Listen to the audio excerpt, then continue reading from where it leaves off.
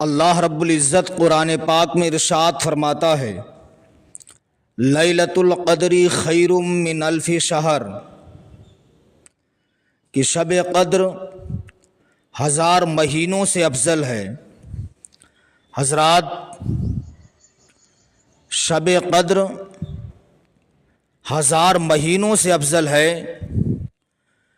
اس میں روح الامین اترتے ہیں ملائکہ کے جھرمٹ میں، اور یہ رات صبح چمکنے تک سلامتی ہے۔ حضرات، حضرت ام المومنین عائشہ صدیقہ رضی اللہ تعالی عنہا ارشاد فرماتی ہیں، یا رسول اللہ، اگر ہمیں معلوم چل جائے کہ کون سی رات شب قدر ہے تو ہم کیا مانگیں؟ آقا کریم صلی اللہ علیہ وسلم نے ارشاد فرمایا، اے عائشہ، تو تم اس رات رب کی بارگاہ میں مغفرت طلب کرنا، رب کی بارگاہ سے مغفرت طلب کرنا۔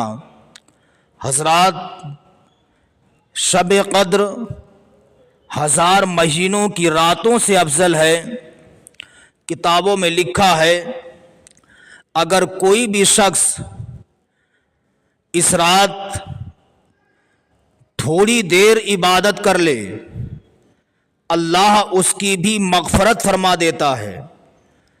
یعنی اتنی دیر جتنی دیر میں بکری سے دودھ کو دہہ لیا جائے، اگر اتنی دیر تک بھی کوئی عبادت کر لے اس رات میں، اللہ رب العزت اس کی بھی مغفرت فرما دیتا ہے، کیونکہ یہ رات ہزاروں راتوں سے افضل و اعلیٰ ہے۔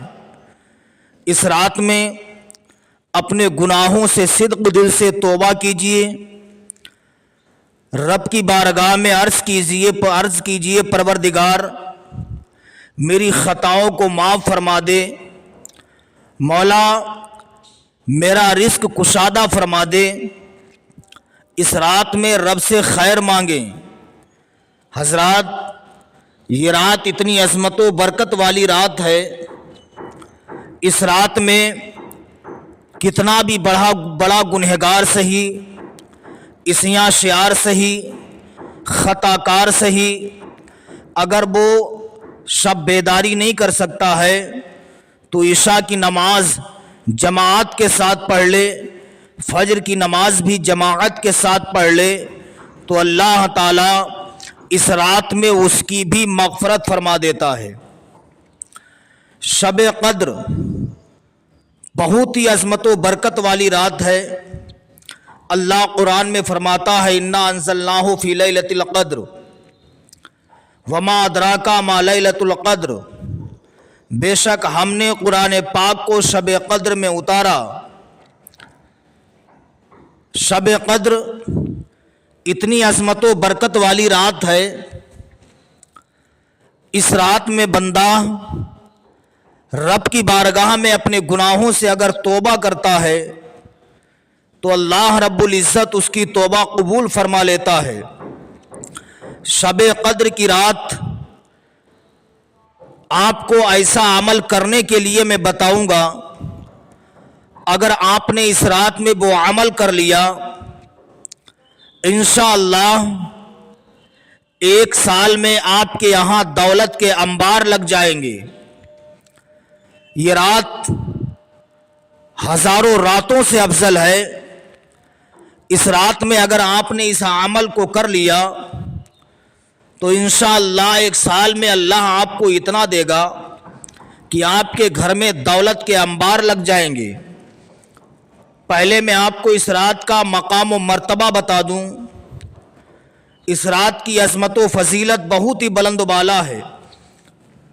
آقا کریم صلی اللہ علیہ وسلم نے صحابہ کے درمیان بیٹھ کر کے ارشاد فرمایا تھا، صحابہ،